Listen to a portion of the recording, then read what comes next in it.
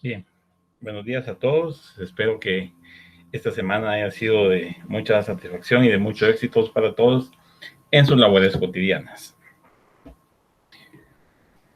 Esta semana, para muchos, tal vez pensarán que fue de exámenes. Sin embargo, la semana que veremos el día de hoy corresponde a la semana 7. De acuerdo al calendario de exámenes de la universidad, esta semana inician los exámenes parciales. Por lo mismo, sé que posiblemente no tendré a todo el alumnado presente en la clase del día de hoy. Por otro lado, déjenme comentarles, tuve un pequeño inconveniente con mi información.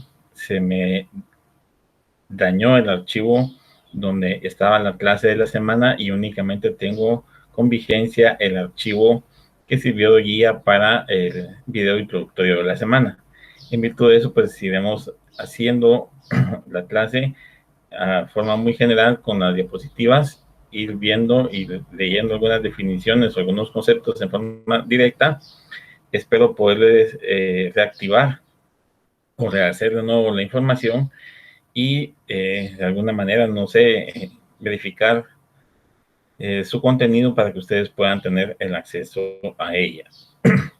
El día de hoy, como les dije, tendremos clases, será el tema de la semana 7, que corresponde ya a Derecho Laboral 2, y este se refiere específicamente a los temas de consideraciones generales e instituciones del derecho colectivo de trabajo, lo que es el Ministerio de Trabajo y Previsión Social, así como el sindicalismo. Recuerden que estos son solo guías, son pautas para que ustedes puedan de alguna forma tener el punto de partida para desarrollar su contenido y con esto puedes profundizar en el estudio para su. Entiendo que la otra semana no habrán clases por parte de su servidor, sino que ustedes estarán dentro de su examen parcial o no sé cómo le llamen, el curso de preparación para el examen técnico profesional, pero sí tendrán una evaluación la próxima semana. Para los que ya segunda fase que estudian, pues sabrán la modalidad o la temática que utiliza la universidad en ese aspecto y con base en eso, pues ustedes determinarán cuál va a ser la mejor forma para poder estudiar o desarrollar el contenido de la clase. Como objetivo de la clase se tiene entonces el día de hoy conocer cuáles son las instituciones que rigen el derecho colectivo del trabajo, así como las generalidades de cada una de ellas, cómo están estructuradas, la función del Ministerio de Trabajo con relación al proceso colectivo o en forma muy general y de manera aún un poco más general, pues relativo al sindicalismo.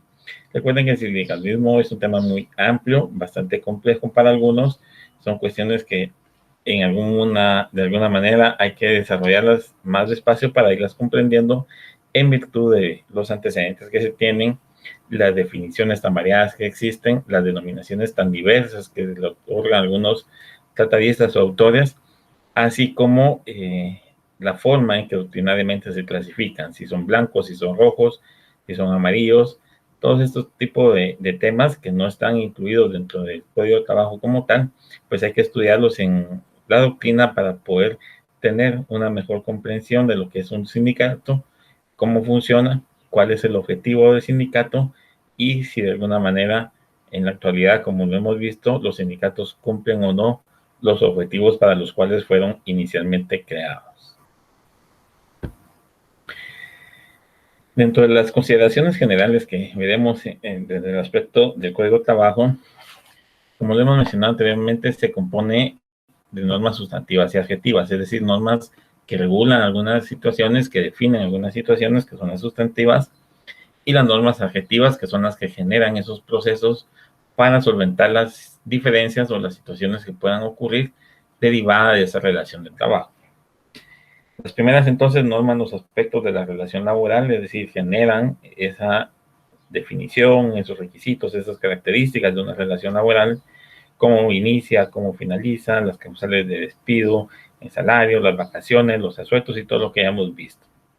Y las segundas que son utilizadas para solventar las situaciones que derivado de las normas sustantivas puedan derivarse en virtud de algún incumplimiento, de alguna infracción y que ameritan ser reconocimiento o ser solventada de una manera equitativa. Para ello, entonces, las normas sustantivas han formulado una división en cuanto a la forma de contratación. Vimos que a partir del artículo 18 se encuentra la contratación individual y a partir del artículo 38, si no recuerdo mal, la contratación colectiva. Sí, el contrato colectivo. Esto a efecto de poder aplicar de manera objetiva las normas que regulan o atañen a cada una de esas modalidades de contratación y amparados en el hecho de que no puede dárseles el mismo tratamiento, la misma solución a las problemáticas que puedan presentarse en forma individual o bien a las que se generan de una manera colectiva. Para ello, entonces, veremos algunas instituciones del derecho colectivo de trabajo a efecto de tener una mejor comprensión de lo que implica la contratación colectiva. Si nos vamos al punto de vista doctrinario, podemos llegar a la conclusión que existen diversas instituciones en materia de derecho laboral colectivo. Se colocaron las que, a criterio de mi persona y de conformidad con la guía o programa de estudio, pues son las relevantes o importantes en cuanto a contratación colectiva o normación colectiva del derecho de trabajo se refiere. La primera de ellas es la libertad de coalición, la segunda la asociación profesional, la tercera el contrato colectivo de trabajo, la cuarta el pacto colectivo de condiciones de trabajo, la quinta los conflictos colectivos de trabajo, la sexta el reglamento interior de trabajo y la séptima la previsión social. Estas instituciones, normadas algunas dentro del Código de Trabajo y otras determinadas únicamente por la doctrina como la libertad de coalición, aunque en el Código de Trabajo está un poco escondida, son las que marcan la pauta para que podamos de alguna manera hablar de un derecho colectivo de trabajo. Recuerden ustedes que un derecho colectivo de trabajo no es porque atañe a dos o más trabajadores, sino los intereses de la colectividad que son los que se ponen en juego para lograr un beneficio o bien para lograr un resarcimiento o el cumplimiento de normas que van a beneficiar a una colectividad y no solo a un grupo. Es decir, el derecho colectivo de trabajo no atañe a cantidad de trabajadores, sino a una colectividad, a un beneficio que se va a obtener de allí, de ese momento en que se soluciona el conflicto, hacia adelante.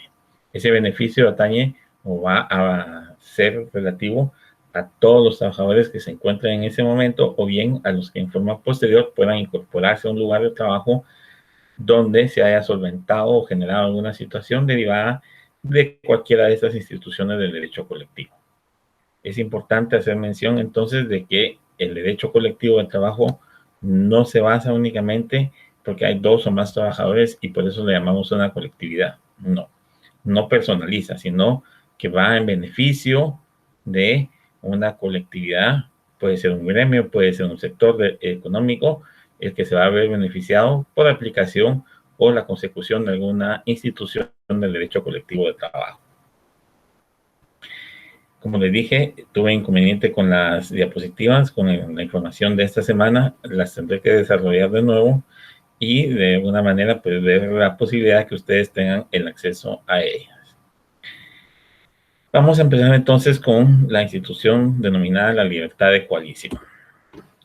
La libertad de coalición, de acuerdo a la doctrina, es un acuerdo temporal de un grupo de trabajadores para la defensa de sus intereses comunes. Es decir, nosotros somos varios trabajadores porque es un grupo de trabajadores y vamos a actuar o a unirnos para defender los intereses comunes. Pero ¿para quién son comunes esos intereses? ¿Será que solo para nosotros como trabajadores o para toda una colectividad?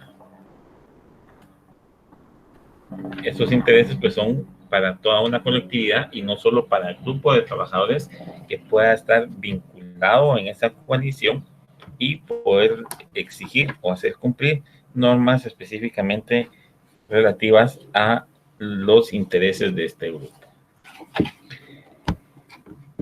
Como lo establece la doctrina, a la libertad de coalición se le ha dado diferentes nombres, incluso algunos la consideran como un derecho de coalición, es decir, poder tener como trabajadores esa libertad y exigir ese derecho a formar un grupo temporal para defender los intereses comunes. De acuerdo a los diccionarios, su significado puede resultar ser el mismo, como lo que implicaría juntar, reunir, agrupar a las personas para un determinado fin y en el caso específico del derecho del trabajo, agrupar a los trabajadores para la defensa de sus intereses actuales comunes. En cuanto a la historia del derecho colectivo del trabajo, debe principiar entonces con la historia del derecho de coalición o la libertad de coalición. Todo el antecedente del derecho colectivo de trabajo está en la libertad de coalición, que igualmente constituye el antecedente necesario de las demás instituciones del derecho colectivo del trabajo. Como ven ustedes, la libertad de coalición es el antecedente, es el primer paso que ocurrió a través de la historia en el que un grupo de trabajadores se unió para defender los intereses en común. Podemos tener algunos ejemplos de coalición o de grupos que se hayan coaligado, definitivamente lo vamos a encontrar al leer la historia. Recuerden ustedes que la historia también es fuente del derecho del trabajo, principalmente el derecho colectivo, al ver cómo estos grupos coaligados o estos grupos de trabajadores que se unieron formaron esa unión un solo objetivo: defender los intereses que tenían en común en ese momento. Obviamente esto tiene consecuencias a futuro, porque a partir de allí se sienta el precedente para que esto que se reguló, esto que se generó, esta lucha que se logró vencer, sirva como parámetro para mejorar o establecer derechos laborales, tanto para una colectividad como en forma individual. Es decir, el beneficio se obtiene en forma individual, aunque el interés sea común para las personas que abogan por estos derechos.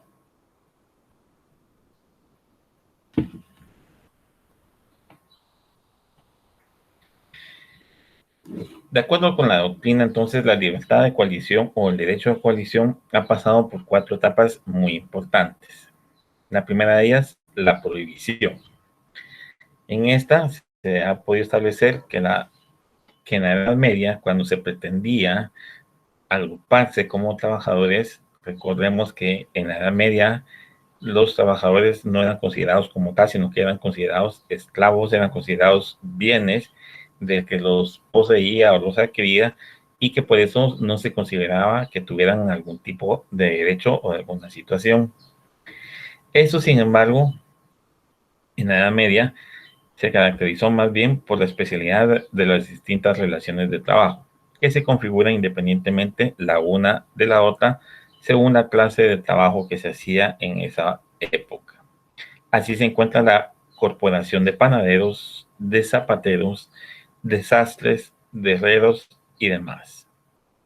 Los maestros, que eran los principales o que de alguna manera tenían un oficio principal dentro de la sociedad en la época media o en la Edad Media, ya no eran considerados como el parte de familia del taller, ¿sí? Ya no era considerado como que el cabecilla del taller. El maestro era propietario, por decirlo así, de una pequeña empresa. Con esta pequeña empresa se pretendía realizar cambios a nivel educativo de las personas a las cuales se dirigía como maestros. Debemos de recordar que maestro en esta situación es un término amplio, no un maestro a manera de nivel educativo primario, preprimario o un maestro de escuela, no. Un maestro artesano, un maestro que era el especialista en la materia a la cual se dedicaba y que era el que formaba al resto de trabajadores, es decir, el que capacitaba para que cualquier trabajador aprendiera el oficio o cualquier persona aprendiera el oficio. A ese se le consideraba un maestro.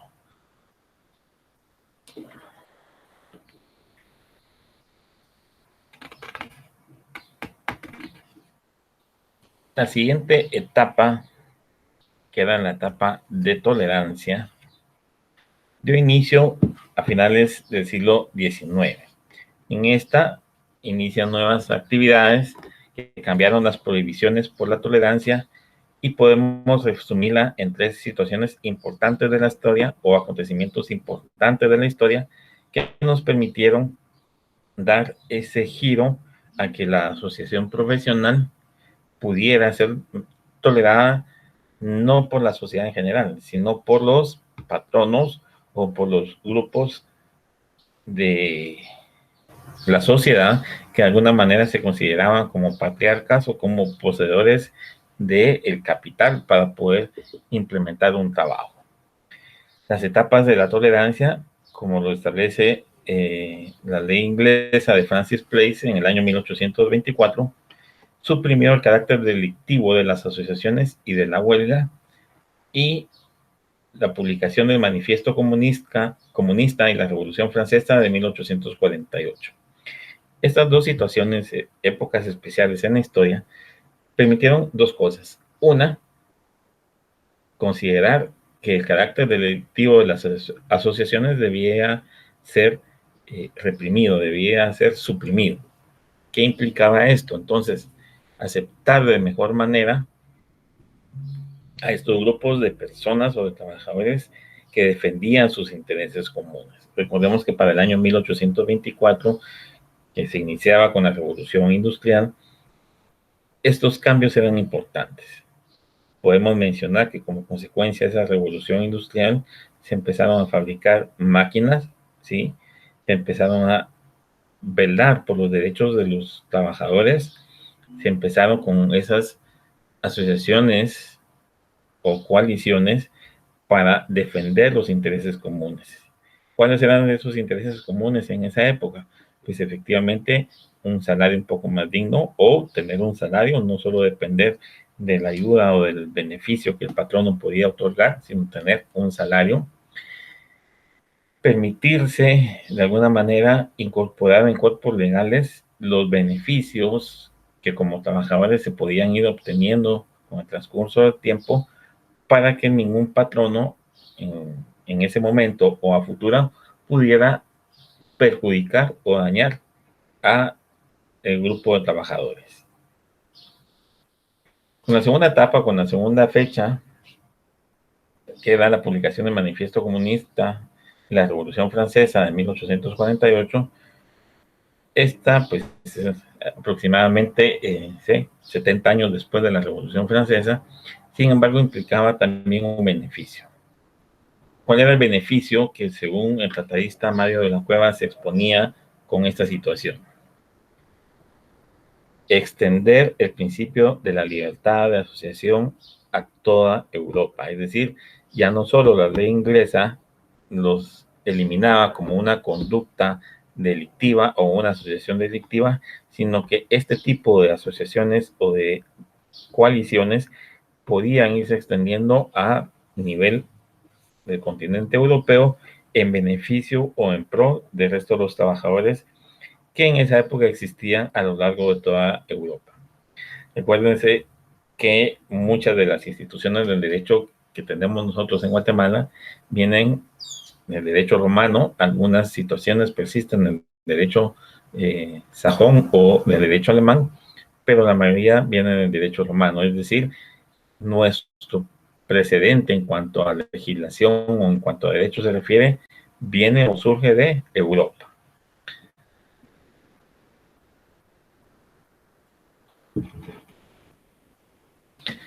Ya para el año 1845, entonces los carpinteros de París hicieron estallar una huelga, la que fue sofocada violentamente por la policía y encarcelados los líderes principales. El abogado que en esa época defendió a los carpinteros asumió la defensa de ellos y propuso lo que puede llamarse la justificación de la huelga por los derechos naturales del hombre. Es decir, toda persona es libre de trabajar, para no hacerlo y para retirarse del trabajo que desempeñará. Y concluye con su argumentación manifestando que la circunstancia de que varios hombres se retiren al mismo tiempo del trabajo no puede transformar el derecho individual de cada uno en un delito. ¿Qué significa esto? Si lo vemos a grandes rasgos. Tengo libertad, como lo establece actualmente la Constitución, de contratarme, ser contratado, es decir, elegir el trabajo para el cual yo pueda llenar los requisitos, y en el momento en que yo no me sienta a gusto, no me sienta satisfecho, poder renunciar cumpliendo con los requisitos que establecen las leyes, y de esa manera no permanecer de una forma obligada ante un trabajo.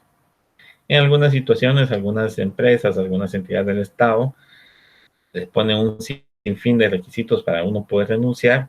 Incluso en algunas situaciones piden el visto bueno del superior para poder abandonar el trabajo o que la renuncia sea aceptada.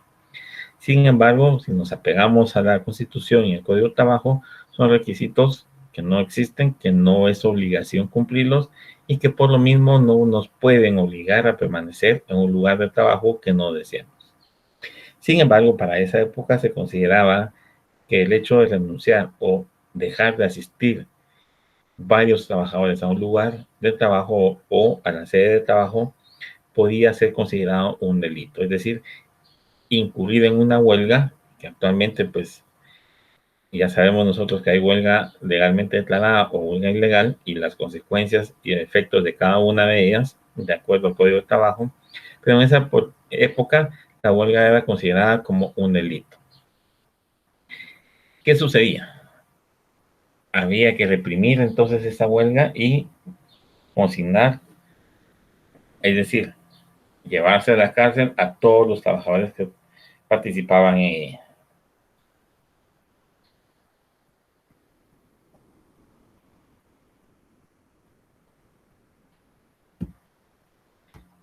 El abogado que intervino en la defensa de estas personas argumentó que esta situación de poder de alguna manera incurrir en abandono de labores o retirarse de forma voluntaria de las labores no podía ser considerada como una cuestión constitutiva de delito. Es decir, no podía desde ningún punto de vista vincularse como una actividad delictiva y por esto afectar, como él lo decía, el derecho individual de cada uno de los trabajadores por considerar que cometió un delito.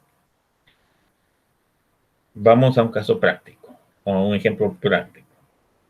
¿Qué sucede si nosotros como empleados de una maquila entramos en una huelga? Si no hemos seguido los pasos que establece el código, pues vamos a incurrir en una huelga ilegal, en una huelga no legalmente declarada, y las consecuencias pues va a ser obviamente la rescisión de nuestros contratos de trabajo sin mayor responsabilidad para el patrón. Si cumplimos con los requisitos para que la huelga sea legalmente declarada y que el juez autorice la suspensión de los contratos de trabajo y que no comparezcamos o no desarrollemos actividad propia de las labores ordinarias, ¿cuál va a ser la consecuencia? El patrón no tiene que pagar todos los salarios durante el tiempo que dure la huelga. El patrón no tiene que responder a los requerimientos que se haga como grupo de trabajadores. Y esto, al día de hoy, no es considerado un delito. En esa época sí, fueron todos aprendidos por considerar que agruparse y llegar a realizar la huelga fue un delito, era un delito encuadrado en su momento posiblemente en las leyes penales de esa época y por lo mismo pues era objeto de una represión. Dicho abogado argumentó esa defensa, tampoco fue debidamente escuchado por los tribunales de Francia y pues obviamente tuvo su consecuencia en cuanto a criminalizar la actitud de los trabajadores. En la Revolución de 1848, los obreros lograron que la Comisión de Luxemburgo aceptara como parte esencial del derecho nuevo que habría de promulgarse la libertad de coalición. La derrota de la Segunda Revolución Francesa retardó hasta el año 64 la reforma de los artículos del Código Penal relativos a la coalición y a la huelga, lo que subsistió, no obstante, la prohibición para la libertad de asociación. La ley de trabajo del canciller Bismarck en el 69, extendida hasta 1872 a todo el imperio alemán, suprimió el carácter delictivo de las instituciones del derecho colectivo del trabajo. Como ven ustedes, sí fue considerado en el Código Penal en Francia en la época de 1848-1864 que la coalición y la huelga eran constitutivos de delito y persistió esta situación durante mucho tiempo. ¿Cuál fue el objetivo de la Comisión de Luxemburgo? Lograr que los obreros como parte esencial del derecho que tenían o que les asistían dentro del derecho laboral, tuvieran la libertad de coalición. Fue a partir de esta Comisión de Luxemburgo, cuando logró tener su efecto, que efectivamente inició la época de tolerancia como lo establece la doctrina en cuanto a la libertad de coalición. La tercera etapa de la libertad de coalición es el reconocimiento por la legislación ordinaria. Esto tiene su antecedente en Inglaterra el 21 de junio de 1824 a través de la ley que reconocía la libertad de coalición.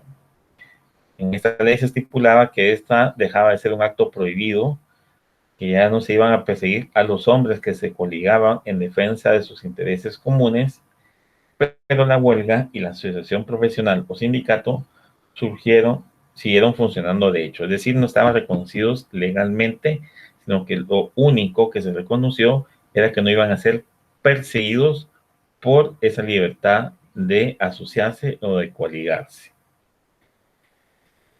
No se reconocía la huelga como un derecho de todos los trabajadores, ni la existencia de los sindicatos, ya que no había un orden jurídico en cuanto a regular su existencia. Es decir, legalmente no estaban estipuladas en una normativa como lo es ahora el Código de Trabajo, sino que simple y sencillamente eran conocidos de hecho, no de derecho, y por lo mismo no se les reconocía esa labor. Sí se había eliminado la cuestión de que la huelga o la asociación o la coalición fuera delito, pero tampoco se les reconocía a esas instituciones o esas figuras del derecho colectivo como parte del derecho laboral.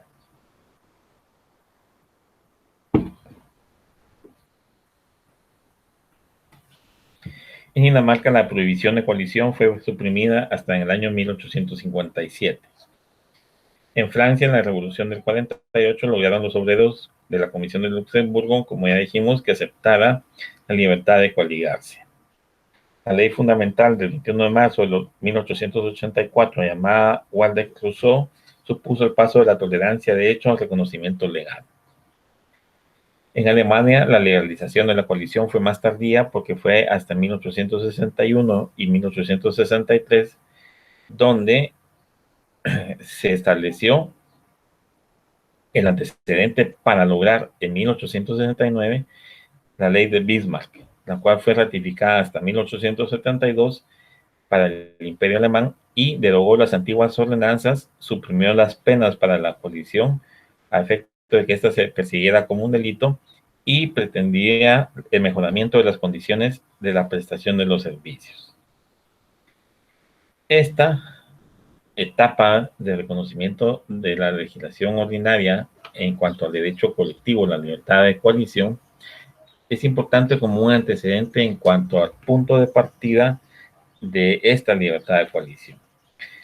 Es un poco aburrido, es un poco tedioso, porque al final de cuentas no deja de ser historia. La historia no a todos nos gusta, no a todos nos apasiona, pero es necesario que ustedes como estudiantes, como estudiosos del derecho y futuros profesionales, futuros colegas, tengan ese antecedente histórico como una fuente del derecho de trabajo y principalmente una fuente del derecho colectivo en cuanto a la libertad de coalición se refiere.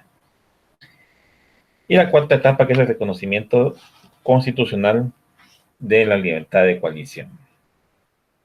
En los movimientos revolucionarios de Europa que produjeron las primeras reformas a la legislación civil y penal, principalmente en Inglaterra y Francia, se les conoce como la prehistoria de la formación del derecho del trabajo, lo que dio inicio a la formación del auténtico derecho del trabajo.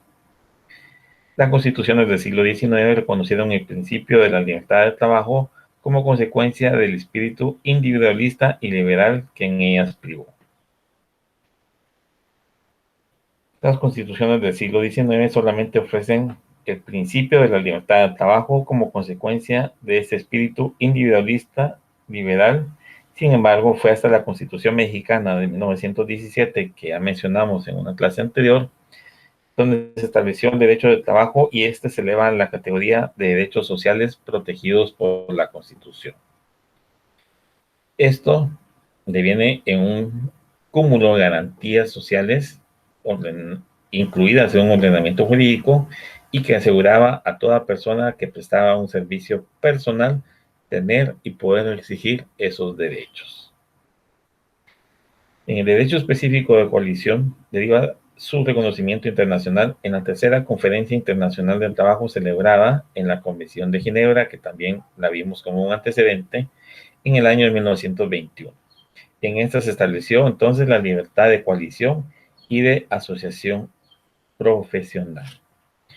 Es decir, este año, en el año 2021, se está cumpliendo o se va a cumplir el primer centenario de aniversario en cuanto a el derecho o la libertad de coalición y de asociación profesional.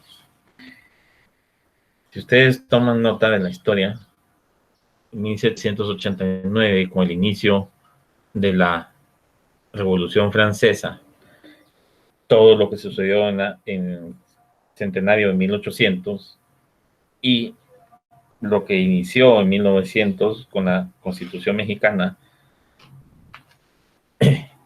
y la Convención de Ginebra en 1921, es que se logra establecer el primer antecedente legal e histórico a nivel constitucional del derecho colectivo en cuanto a la libertad de coaligarse, esa libertad de unirnos como trabajadores para poder defender y exigir el cumplimiento de nuestros derechos o bien la defensa de nuestros intereses comunes.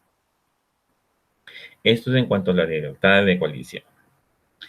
En cuanto a la asociación profesional, esta ha recibido diversas denominaciones a lo largo de la historia. Sin embargo, ustedes sabrán que la asociación profesional es conocida hoy en día en nuestro código como sindicato. El sindicato, de acuerdo a lo que establece el código, en su artículo 206, es toda asociación permanente de trabajadores o de patronos o de personas de profesión u oficio independiente, es decir, trabajadores independientes, constituida exclusivamente para el estudio, mejoramiento y protección de sus respectivos intereses económicos y sociales comunes. Es decir, aquí hace una clasificación o una integración de quienes pueden formar un sindicato. Un grupo o asociación permanente de trabajadores, uno de patronos, uno de personas de profesión u oficio independiente para el estudio, mejoramiento y protección de los intereses económicos y sociales comunes. Sin embargo, el mismo artículo establece que son los sindicatos campesinos, que sería un cuarto tipo de sindicato.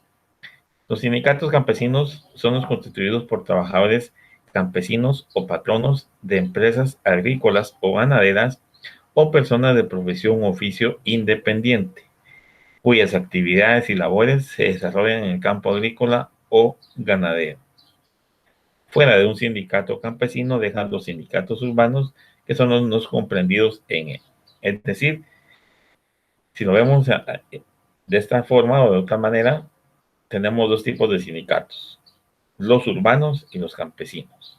Y dentro de estos podemos tener sindicatos de trabajadores, sindicatos de patronos o sindicatos de personas independientes de profesión u oficio y que también se constituyen como una asociación profesional. ¿Con qué fines? Estudiar, mejorar y proteger los intereses económicos y sociales comunes, obviamente a cada grupo sindical o a cada grupo de personas que lo integran.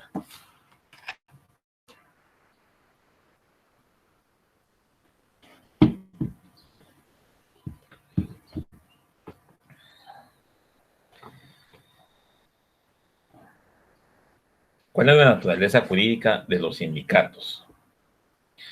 Diversas son las opiniones que han establecido los autores en cuanto a la naturaleza jurídica de los sindicatos. Al analizar la naturaleza jurídica de los sindicatos del derecho positivo guatemalteco en relación a las teorías expuestas, se parte de la Constitución Política de la República de Guatemala, que primero proclama el clásico derecho de asociación genérico o derecho de asociación general, establecido en el título segundo dedicado a los derechos humanos, capítulo relacionado a los derechos individuales, artículo 34, derecho de asociación.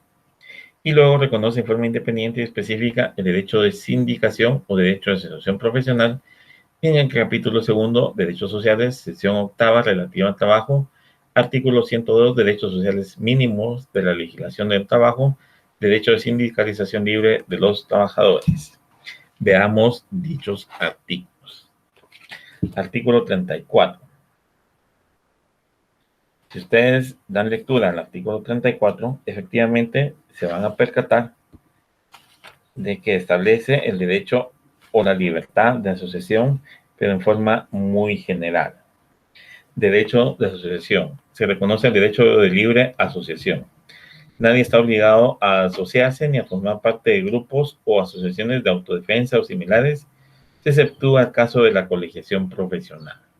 Eso establece el artículo 34 de la Constitución en cuanto a esa libertad de asociarse en cualquier grupo de personas o en cualquier tipo de asociación. Obviamente, dentro de los parámetros legales, debe ser una asociación lícita, ¿sí?, a efecto de poder actuar o desempeñar las funciones que para el caso que sea la asociación se haya formado. Tenemos diversas asociaciones. Los colegios profesionales es la excepción en cuanto a la libertad de asociarse. Es decir, en un colegio profesional, el único que puede asociarse, ¿quién va a ser? Obviamente, el profesional egresado de una universidad que ostente el título de licenciatura, no los técnicos, sino que los licenciados, y los grados académicos, para el caso de nosotros, de abogados y notarios. Para el caso de los doctores, pues sean licenciados en medicina, su especialización no es objeto de la colegiación profesional, pero sí deben de inscribirse. En el caso de los ingenieros, ellos obtienen su licenciatura, tal vez en ciencias de la ingeniería, desconozco el nombre correcto de la licenciatura, pero su grado académico será de ingeniero en sistemas, ingeniero en mecánica, ingeniero en informática, ingeniero civil, ingeniero agrónomo, cualquier otro título que pueda tener. Cualquier egresado a nivel de licenciado de cualquiera de las universidades del país está obligado a inscribirse o a registrarse en el colegio profesional que le corresponda o el afín a la carrera que haya estudiado. ¿Qué significa colegio afín? Pues obviamente un colegio profesional cuya función sea muy similar en cuanto a la licenciatura a que se refiere. Por ejemplo, creo que los administradores se colegian en el, valga la redundancia, colegio de contadores públicos y auditores, porque no hay un colegio como tal de administradores. Los licenciados licenciados en criminología y criminalística, los politólogos, los sociólogos, aparecen en el colegio de abogados como un colegio afín a la ciencia que ellos han estudiado o de la cual han obtenido su grado académico licenciado, y es en el colegio de abogados donde realizan su inscripción. Actualmente, pues hay, para el que esté interesado, posiblemente ya sea licenciado en criminología y criminalística, está el proyecto de creación de un colegio profesional para los criminólogos en forma muy amplia para los egresados a nivel licenciatura en esa carrera.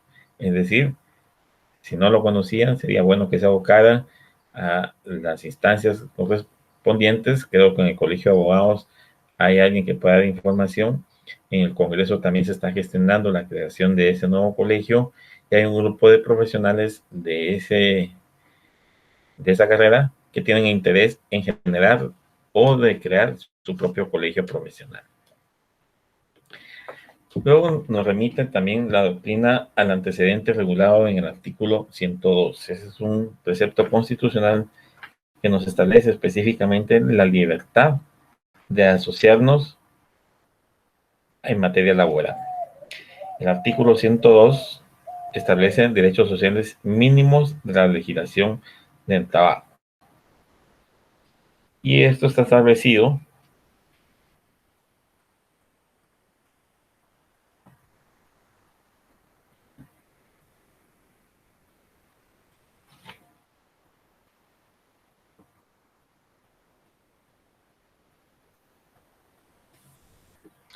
en la literal Q, derecho de sindicalización libre de los trabajadores. Este derecho lo podrán ejercer sin discriminación alguna y sin estar sujetos a autorización previa, debiendo únicamente cumplir con los requisitos que establezca la ley cualquier persona que sea trabajadora. Los trabajadores no podrán ser despedidos por participar en la formación de un sindicato, es decir, gozan de inamovilidad, debiendo gozar de este derecho a partir del momento en que den aviso a la Inspección General de Trabajo. Es decir, si como trabajadores ya estamos en una coalición, queremos formar nuestra asociación profesional, nuestro sindicato, cumplimos con todos los requisitos, bueno, ¿qué vamos a hacer? Dar el aviso a la Inspección General de Trabajo de que daremos inicio a la creación de un sindicato. No vamos a esperar a tenerlo creado para dar ese aviso, no, vamos a dar el aviso a la Inspección General de Trabajo de que vamos a formar un sindicato porque cumplimos con los requisitos. A partir de ese momento en que la inspección nos haya recibido ese aviso, los que estemos formando el sindicato tenemos esa inamovilidad que regula esta literal. Es decir, no nos pueden despedir por formar un sindicato. Solo los guatemaltecos por nacimiento, es decir, el que haya nacido en Guatemala, podrá intervenir en la organización, dirección y asesoría de las entidades sindicales. Es decir, un guatemalteco naturalizado, un extranjero que se haya domiciliado en Guatemala, no puede intervenir en organizar, dirigir y asesorar a las entidades sindicales. Se exceptúan los casos de asistencia técnica gubernamental y lo dispuesto en tratados internacionales o en convenios intersindicales autorizados por el organismo ejecutivo. Es decir, debe de aprobarse la intervención de cualquier asistencia técnica gubernamental o la aplicación de un tratado o convenio internacional en materia sindical que haya autorizado el organismo ejecutivo. No podemos entonces formar un sindicato, tener este tipo de situaciones con personas extranjeras.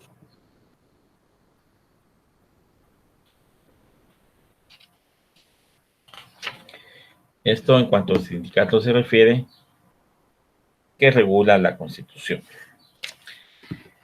Obviamente la Constitución es la norma primordial, es la base de toda la legislación y de esto nos debemos de remitir entonces al Código de Trabajo. El Código de Trabajo establece en su artículo 207 que los sindicatos se deben regir siempre por los principios democráticos de respeto a la voluntad de las mayorías, del voto secreto y de un voto por persona. Sin embargo, cuando el voto secreto no sea practicable por razón de analfabetismo u otra circunstancia muy calificada, pueden tomarse las decisiones por votación nominal y en los casos excepcionales en que se trate de asuntos de mera tramitación, es lícito, es decir, que sí es permitido adoptar cualquier otro sistema de votación rápido y eficiente que sea compatible con los principios democráticos. Es decir, en algún momento podría ser una votación tal vez no a viva voz delante de todos, pero sí en un apartado en cuanto a las personas que no puedan o carezcan de conocimiento de preparación académica o no sepan, no puedan leer o escribir, hacerlo de esa forma.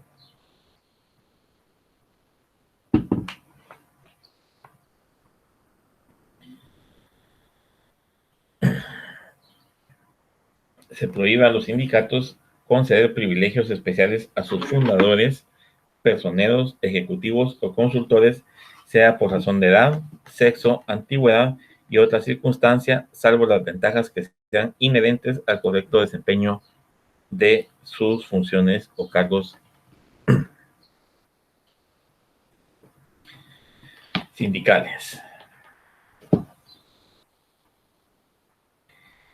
Como les dije al inicio, o para el que no pudo conectarse en tiempo, tuve un inconveniente, un problema con las presentaciones que había realizado en su oportunidad y por lo mismo no se están proyectando o no se están trasladando o no están avanzando las diapositivas porque estamos detenidas en esta, donde están las diversas instituciones de derecho colectivo para irlas explicando en cada una de ellas. Por cuestión de tiempo vamos a ir avanzando a la siguiente institución, que es el contrato colectivo de trabajo. El contrato colectivo de trabajo es el que se celebra entre uno o varios sindicatos de trabajadores y uno o varios patronos o uno o varios sindicatos de patronos, por virtud del cual el sindicato o sindicatos de trabajadores se comprometen, bajo su responsabilidad, a que algunos o todos sus miembros ejecuten labores determinadas mediante una remuneración que debe ser ajustada individualmente para cada uno de estos y percibida de la misma forma. El contrato colectivo de trabajo debe celebrarse siempre por escrito en 3 ejemplares, uno para cada parte de los firmantes, uno para el patrono y uno que se hace llegar al Departamento Administrativo de Trabajo en forma directa o por medio de la autoridad de trabajo más cercana dentro de los 15 días posteriores a su celebración, modificación o novación. Es decir, un contrato colectivo de trabajo tiene como partes dentro de su proceso o dentro de las partes que lo firman o que lo integran, uno o varios sindicatos de trabajadores. Aquí ya tenemos no un grupo de trabajadores, sino a un sindicato o varios sindicatos de trabajadores. Tenemos también por la otra parte a uno o varios sindicatos de patronos. Es decir, no actúa un solo patrono, sino sindicatos de patronos. Y a través de este contrato, el sindicato o sindicatos de trabajadores se comprometen bajo responsabilidad del sindicato que firma a que algunos o todos sus miembros ejecuten labores determinadas. Es decir, nos vamos a comprometer como sindicato, si somos parte del comité del sindicato, a que un grupo de trabajadores o la totalidad de trabajadores que conforman esa agrupación, ese sindicato, van a desarrollar actividades de un sindicato o varios sindicatos de patronos. Aquí ya es una naturaleza colectiva porque atañe a varios grupos, no solo a uno. ¿Sí? No hay interés en cuanto a solo un grupito de trabajadores, sino a una totalidad, a un conglomerado, ya sea de patronos o de trabajadores.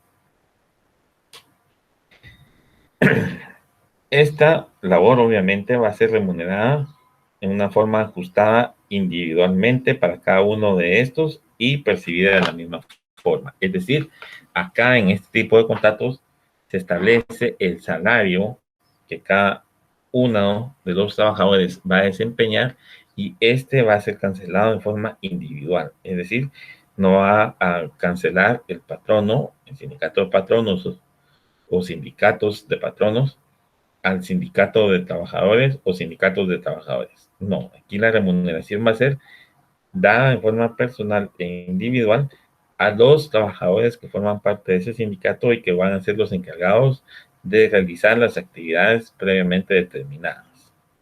No puede vincularse a la totalidad de trabajadores para poder realizar esa situación.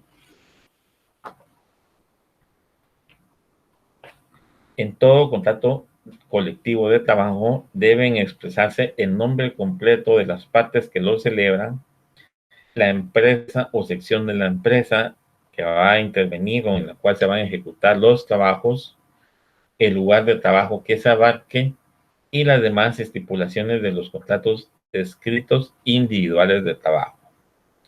Estas estipulaciones las encuentran ustedes en el artículo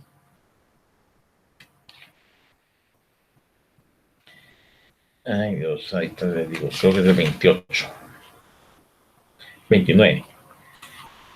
Nombres, apellidos, edad, fecha e inicio de la relación, indicación de los servicios que se van a prestar y demás circunstancias o requisitos que establece el artículo 29. Entonces, al 40, hagan su llamado al artículo 29 para que ustedes puedan verificar al momento de verse en una situación de esas o por cuestión de estudio, cuáles son los requisitos de los contratos escritos individuales de trabajo que se aplican en complemento a los contratos colectivos de trabajo. ¿Estamos con esa situación? ¿Sí? Como siguiente punto, entonces, tenemos los pactos colectivos de condiciones de trabajo.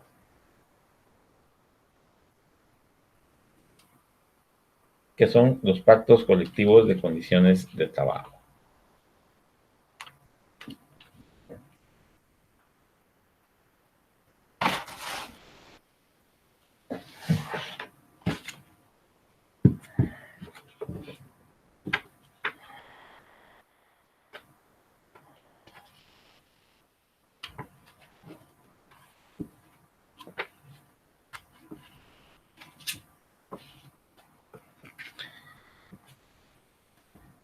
Pacto colectivo de condiciones de trabajo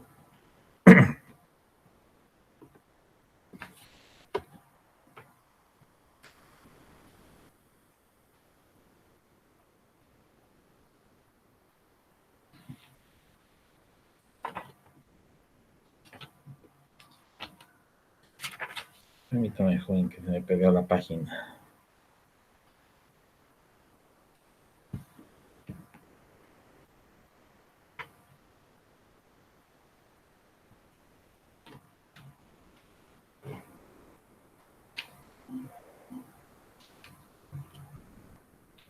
Es aquel documento que se establece o que se firma o al que se logra llegar por parte de un grupo de trabajadores, ¿sí?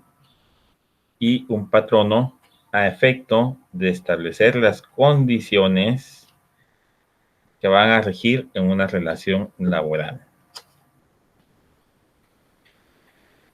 Para Manuel Alfonso García, entendemos por pacto colectivo de condiciones de trabajo el acuerdo en que las partes del mismo son asociaciones de empresarios o trabajadores con personalidad jurídica constituida, cuyo objeto es fijar las condiciones en que habrán de ajustarse los contratos individuales de trabajo de forma obligatoria y de observancia general, para quienes forman parte de la asociación o asociaciones pactantes, incluso en ciertos casos para terceros no miembros de la asociación. Es decir, un pacto colectivo de condiciones de trabajo nos va a fijar esas condiciones mínimas en que se van a realizar los contratos individuales de trabajo. Un pacto colectivo, entonces, es un cúmulo de condiciones y nos va a decir que para determinado trabajo en forma individual, estas serán las condiciones, para este trabajo serán estas las condiciones, para este otro trabajo serán estas otras las condiciones, pero todas están incluidas en un solo documento que es el Pacto Colectivo de Condiciones de Trabajo. Es decir, establecen las condiciones, no los beneficios o la normativa, no, establece las condiciones en que se va a generar esa relación laboral. El Código de Trabajo establece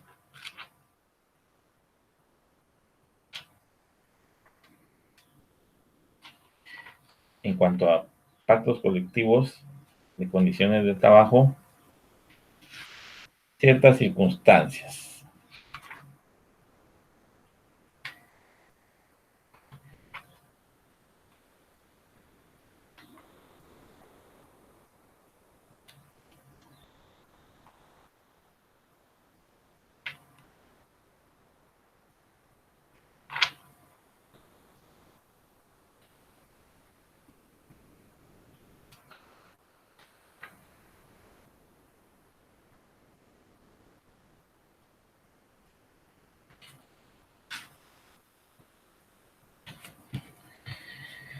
Artículo 54.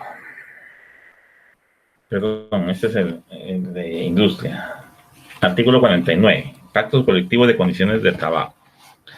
Pacto colectivo de condiciones de trabajo, de acuerdo a la definición que da el código, dice que se celebra entre uno o varios sindicatos de trabajadores y uno o varios patronos o uno o varios sindicatos de patronos con el objeto de reglamentar las condiciones en que el trabajo deba prestarse y las demás materias relativas a este.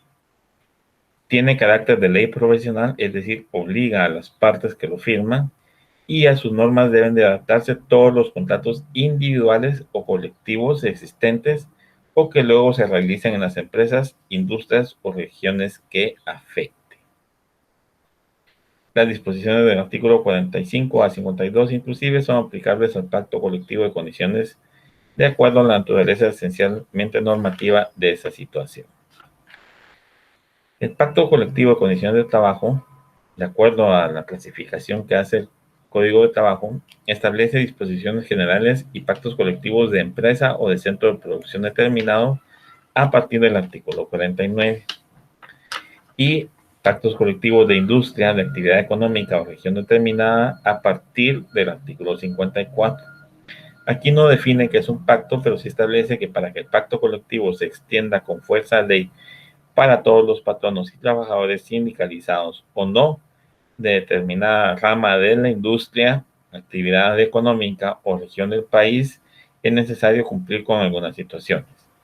Debe ser por escrito en 3 ejemplares, suscrito entre sindicatos o grupos de patronos que tengan a su servicio las 2/3 partes de los trabajadores que en ese momento se ocupen en esas situaciones o en esas industrias, que esté suscrito por el sindicato o sindicatos que comprendan las 2/3 partes de los trabajadores sindicalizados en ese momento en la rama de la industria, actividad económica o región de que se trate.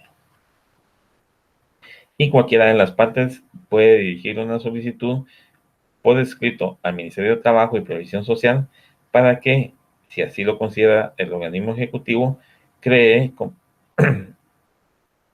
un acuerdo a través del cual declara su obligatoriedad extensiva, es decir, que sea extendido en cuanto a la obligación de aplicarlo a alguna otra región o parte de la industria a la que se refiere.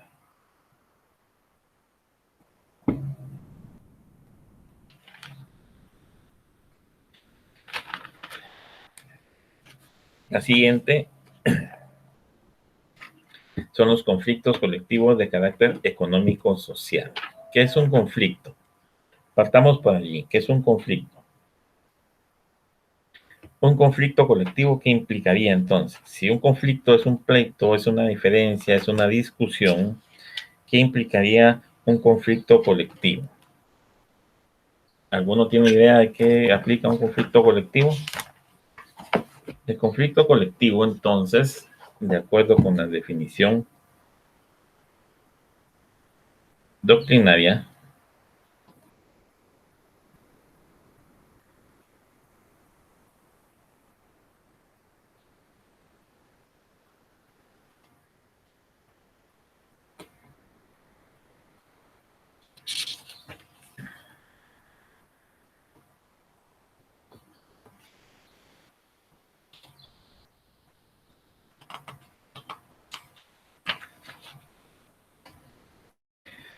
podemos utilizar la del autor Mario de la Cueva. Un conflicto de trabajo son las diferencias que se suscitan entre trabajadores y patronos, solamente entre aquellos o únicamente entre estos, en ocasión o con motivo de la formación, modificación o cumplimiento de las relaciones individuales o colectivas de trabajo. ¿Sí? Veamos la definición de Manuel Alonso García. Manifiesta que el conflicto de trabajo es toda situación jurídica que se produce a consecuencia de la alteración ocasionada en el desarrollo o en la extinción de una relación jurídica laboral y que se plantea entre los sujetos de la misma o entre las partes de un convenio colectivo o contrato colectivo. A partir de estas definiciones, entonces vemos que un conflicto colectivo es aquella diferencia que surge en una relación laboral y que afecta a una colectividad, a un grupo de trabajadores sindicalizados o bien que afecta a los patronos. Esta situación de conflicto pues hace suponer que se deben de generar los mecanismos necesarios para poder solventar la situación jurídica que se está presentando. Entonces, el Código de Trabajo establece, en cuanto a los conflictos colectivos, dos situaciones o dos formas de solucionar esas diferencias.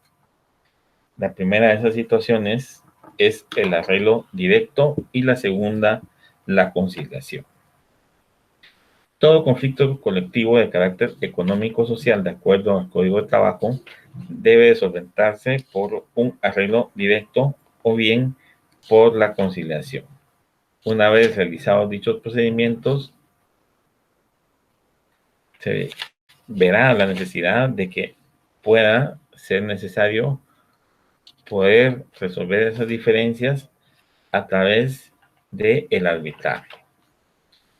El arbitraje pues será realizado cuando las partes así lo acuerden, antes o inmediatamente después del trámite de la conciliación, y cuando las partes así lo convengan, una vez hayan ido a la huelga o al paro calificados debidamente como legales. Es obligatorio el arbitraje en los casos que, una vez calificados como legal la huelga o el paro, transcurra el término correspondiente sin que se haya realizado. En los casos previstos en los incisos A y B del 243, y en el caso de que sea solicitada la calificación de legalidad o ilegalidad de una huelga, una vez se agote el trámite de la conciliación. Es decir, el arbitraje es habilitado si y solo si el trámite de la conciliación se logra realizar y no se llega a ninguna solución del conflicto colectivo. Pero veamos en forma ordenada los procedimientos para poder resolver los conflictos colectivos. El primero que establece el Código de Trabajo en su artículo 374 es el arreglo directo. En el arreglo directo, tanto patronos como trabajadores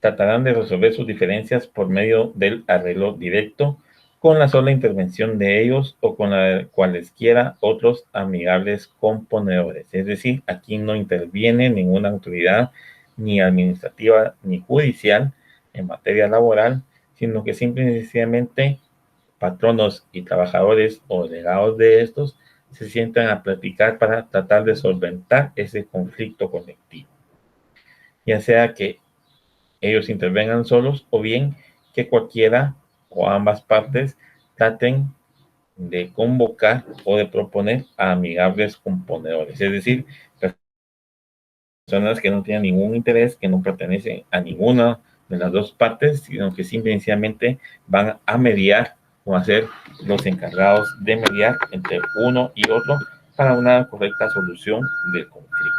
Es decir, un mediador es el amigable componedor. ¿Qué va a componer?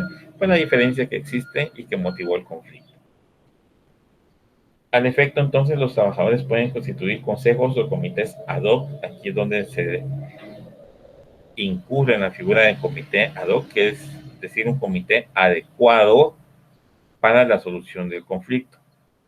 Estos pueden ser permanentes en cada lugar de trabajo, estar compuestos o integrados por no más de 3 miembros, quienes se encargarán de plantear a los patronos o a los representantes de estos, verbalmente o por escrito, sus quejas o solicitudes. Dichos consejos o comités harán siempre sus gestiones en forma atenta, y cuando sí proceden, el patrono o su representante no puede negarse a recibirlos a la mayor brevedad posible.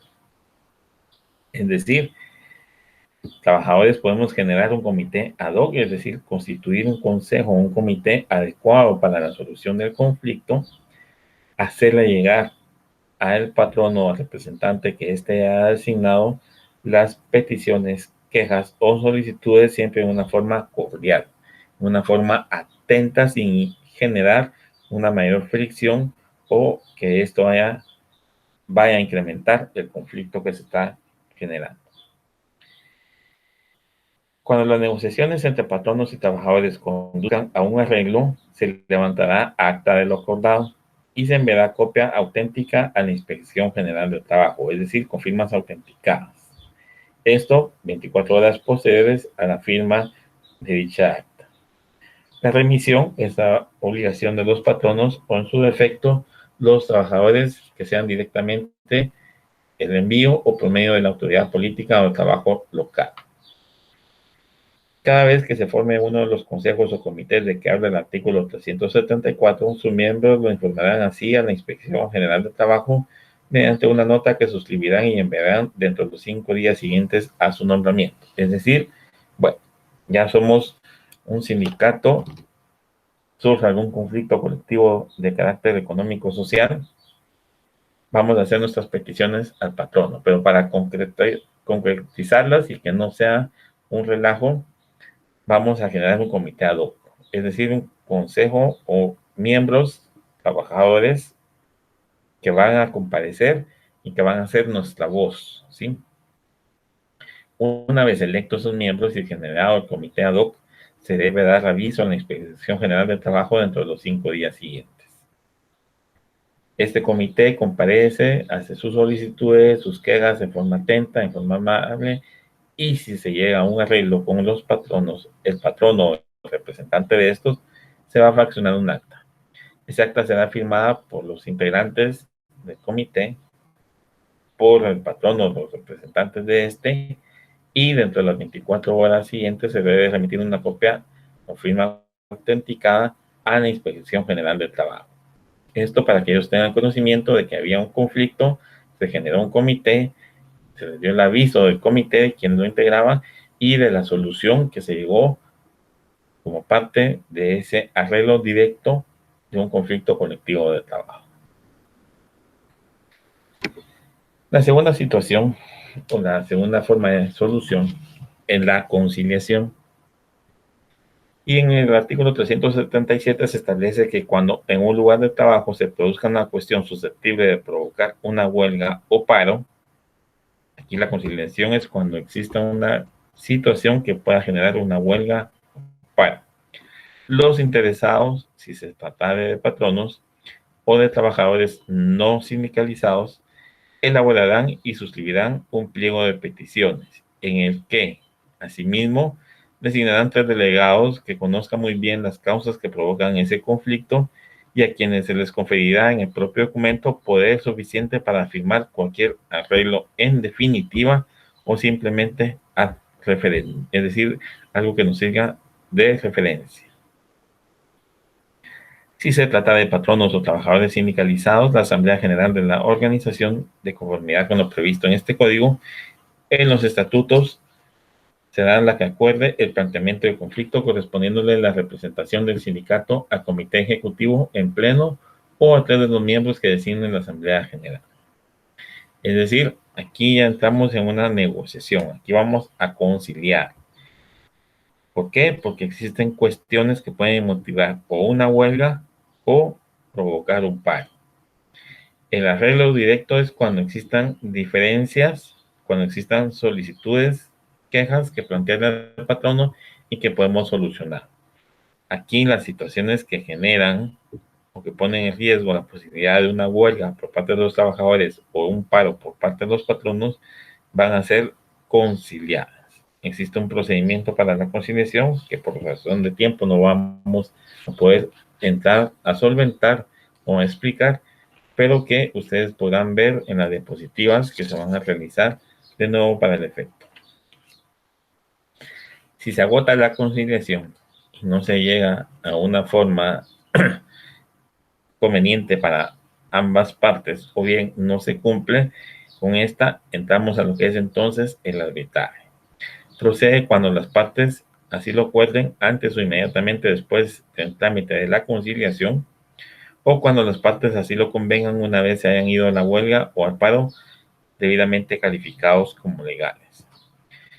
Para sus haberes pueden hacer anotación del artículo 397, así como el 377, a los artículos donde se establece la huelga y el paro, que son los artículos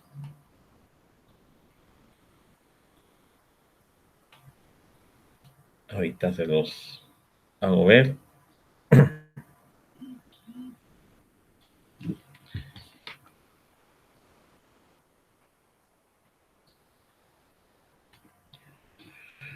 Se me perdieron. 239, que es la huelga,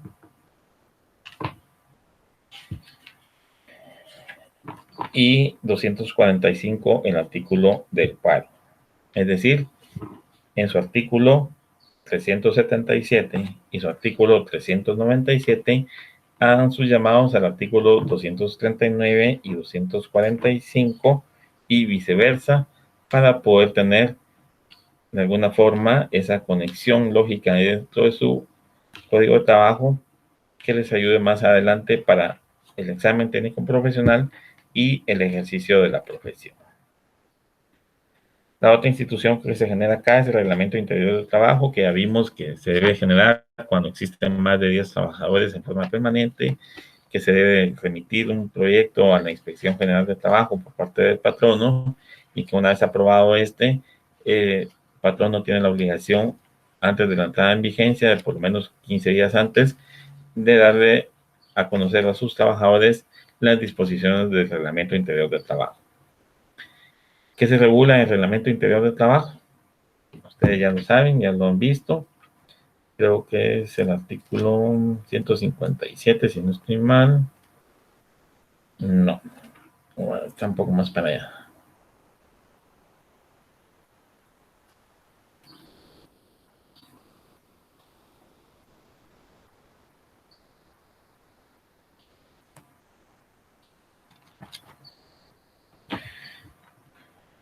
Bueno, el reglamento ya lo vimos.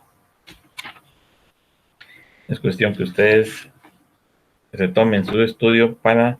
Sí, 57 es, no 157, es el artículo 57 el que nos estipula el Reglamento Interior del Trabajo. Y la última de las instituciones es la previsión social. ¿Qué es la previsión social?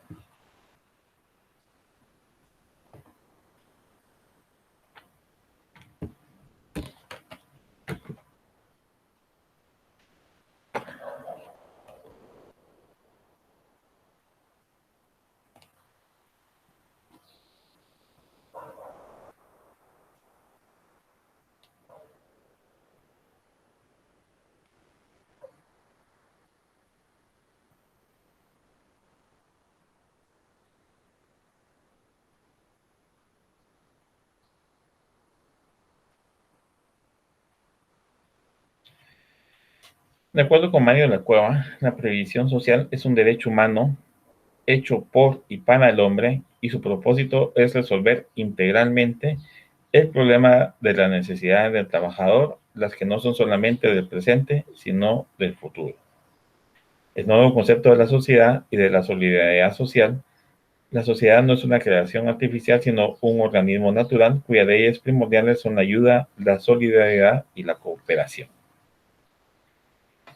El derecho de trabajo impuso como una de sus partes la previsión social, porque la fuente única de donde puede brotar la seguridad del futuro del trabajador es la empresa, ya que el trabajador no tiene más ingreso que el salario proyectado hacia él. En cuanto a la previsión social, los juristas todavía discuten, sobre todo en los congresos jurídico-laborales, si la previsión social es un capítulo del derecho al trabajo o si se trata de una rama autónoma independiente del derecho al trabajo. Prevalece para autores mexicanos y argentinos el criterio que dicha institución todavía es parte del derecho de trabajo, pero reconocen que es posible que en los próximos años la seguridad social sea parte de la previsión laboral y pase a ser una rama autónoma del derecho. La seguridad social propugna por entender a toda la población de una forma más general. En cuanto a previsión social, García Oviedo, en su obra Derecho Social, explica cuál es la intención de la previsión social. ¿Sí?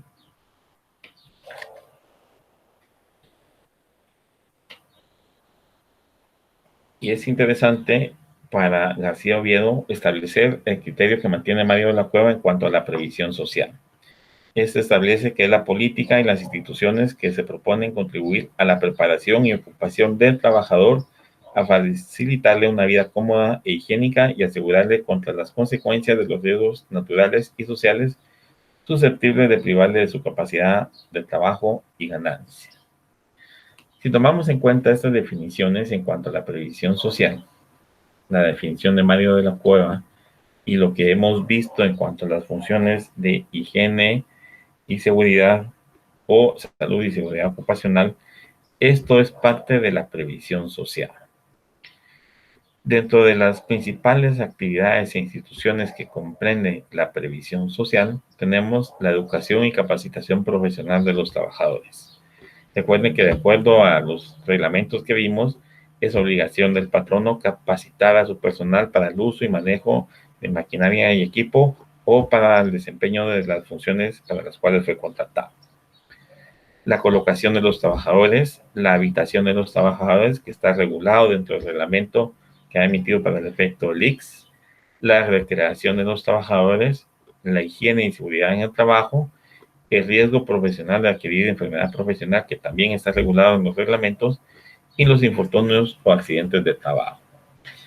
Partiendo de esta comprensión o contenido de la previsión social, vemos entonces que básicamente, en el caso de Guatemala, dicha previsión social está encaminada a realizarla una sola entidad.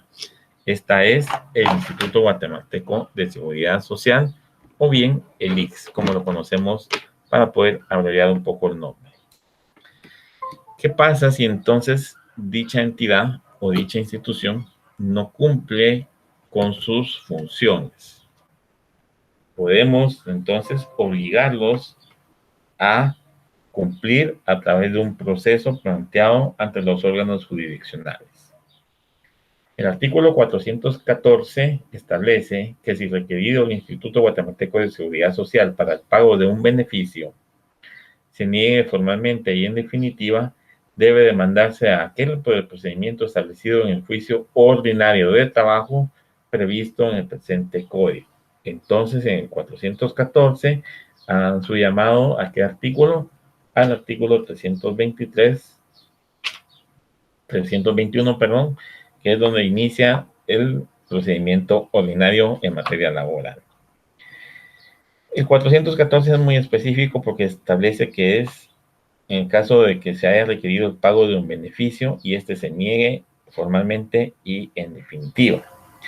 Sin embargo, ya vimos que es obligación de los patronos y de los trabajadores cumplir con los reglamentos que para el efecto emita el ICS en materia de higiene y seguridad en los lugares de trabajo y que de alguna manera podemos exigir el cumplimiento de dicho reglamento por parte de los patronos o bien hacer ver que el Instituto Guatemalteco de Seguridad Social no cumple con su función en cuanto a normar o verificar el cumplimiento de dichos reglamentos. En cuanto a las instituciones de derecho colectivo, entonces espero que haber dado la pauta o la guía para poder ampliar por parte de ustedes dicha preparación o dicho conocimiento para que puedan sustentar de una forma favorable su examen técnico profesional. Veamos entonces lo que es el Ministerio de Trabajo. La autoridad administrativa en materia laboral, de acuerdo a la legislación guatemalteca, es el Ministerio de Trabajo, el cual es una dependencia del organismo ejecutivo y tiene como finalidad la dirección, estudio y despacho de todos los asuntos relativos al trabajo y a la previsión social. Esta última labor la realiza en forma coordinada con el Instituto Guatemalteco de Seguridad Social. Lo vimos la semana pasada o antepasada en cuanto a los reglamentos de salud y seguridad ocupacional o salud e higiene del ICS y que ambas entidades, ambas autoridades administrativas pueden verificar el cumplimiento de dichos reglamentos. Sin embargo, de acuerdo a lo que establece el propio ministerio en su página, es el obligado a dirigir, estudiar y atender los despachos de todos los asuntos relativos al trabajo y a la previsión social. obviamente en coordinación con el INCS para verificar el cumplimiento de los reglamentos que ya hemos mencionado. Las demás autoridades tienen obligación de prestarles la cooperación y el auxilio que requiera la autoridad ya citada, es decir, el Ministerio de Trabajo puede requerir el apoyo o la cooperación o el auxilio de cualquier otra entidad o autoridad del Estado a efecto de poder cumplir con sus obligaciones. Las resoluciones que emita para el efecto el Ministerio de Trabajo o las autoridades del Ministerio de Trabajo son impugnadas por los recursos que regula la ley. Obviamente nos vamos a los recursos que establece la ley del contencioso administrativo, que son revocatoria y reposición. El Ministerio de Trabajo, entonces, como tal, fue creado el 8 de febrero de 1947 con la emisión que se hiciera por parte del Congreso de la República del decreto 330, que es el Código de Trabajo. Cobró vigencia esta situación hasta el 1 de mayo de 1947. La conformación del ente administrativo entonces encargado de los asuntos de trabajo no se hizo sino hasta octubre de 1956 a través del decreto número 1117 del Congreso de la República y lo creó como Ministerio de Trabajo y Bienestar Social. Es decir, en el 47, con el decreto 330, se crea el Ministerio de Trabajo, pero fue hasta 1956 el Congreso emite el decreto 1117, donde lo crea como Ministerio de Trabajo y Bienestar Social. Antes fue un ente administrativo encargado de los asuntos de trabajo. Para abril de 1961, entra en vigencia las reformas al Código de Trabajo en el decreto 1441 del Congreso de la República y cambia el nombre. Es a partir de allí donde se le conoce ya como Ministerio de Trabajo y Previsión Social, como lo conocemos hasta el día de hoy. Es decir, esta denominación ya tiene aproximadamente 60 años de existir como Ministerio de Trabajo y de Previsión Social, o Ministerio de Trabajo y Previsión Social. Por último, ya para ir finalizando el tema de la semana, veremos el tema del sindicalismo. Como punto de partida, como lo mencionamos anteriormente, tenemos la Constitución. La Constitución en su artículo 34 establece que tenemos esa libertad de asociarnos y que esto no puede ser restringido ni podemos ser discriminados por lo mismo. Es un derecho fundamental porque está dentro de los derechos fundamentales en la Constitución en cuanto a los derechos humanos se refiere. Se reconoce como tal y por lo mismo no puede ser objeto de ningún tipo de limitación en cuanto a asociarnos libremente, obviamente dentro de los parámetros legales.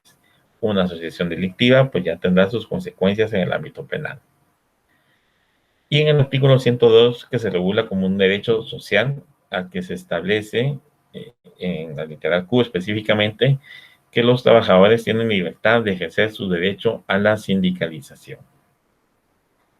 Un sindicato entonces es una agrupación de personas que luchan por la justicia social y los intereses de la clase trabajadora. El código dice que debe ser un grupo de personas constituidas en forma permanente. Sin embargo, la definición muy general de todas las definiciones o de las muchas definiciones que podemos encontrar para sindicato, que es una agrupación de personas que luchan por la justicia social y los intereses de la clase trabajadora. Esta definición limita obviamente a la clase trabajadora. Sin embargo, habrá definiciones en cuanto a sindicatos de patronos se refiere, porque obviamente los sindicatos de patronos tendrán un interés. Será defender sus intereses, tal vez principalmente económicos, o bien los intereses de su empresa, de su economía, para no verse afectado por las peticiones muchas veces imposibles de cumplir por parte del grupo de trabajadores o de un sindicato a través de las peticiones que hagan en un pacto colectivo o bien de alguna situación similar. Un conflicto colectivo puede generarse porque no se entra en un acuerdo al momento en que se está generando un pacto colectivo de condiciones de trabajo. Si el pacto no se logra conciliar o no se logra llegar a un acuerdo, puede surgir un conflicto colectivo que nos permita, ya sea entrar a un arreglo directo, a una conciliación, al arbitraje o una situación ya ante un órgano jurisdiccional para la aprobación de dicho pacto. El artículo 206, como ya lo vimos, define a los sindicatos como toda asociación permanente de trabajadores o de patronos o de personas de profesión o oficio independiente constituida exclusivamente para el estudio, mejoramiento y protección de sus respectivos intereses económicos y sociales. Algunos dirán personas de profesión o oficio independiente, ¿como cuáles?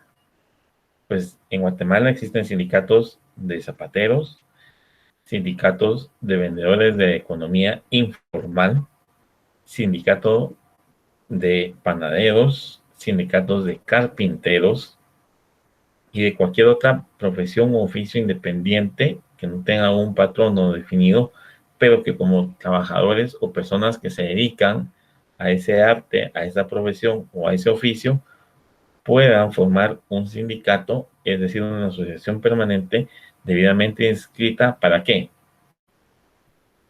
Según la definición del código, estudiar, mejorar y proteger los intereses económicos y sociales comunes, obviamente, a ese sindicato.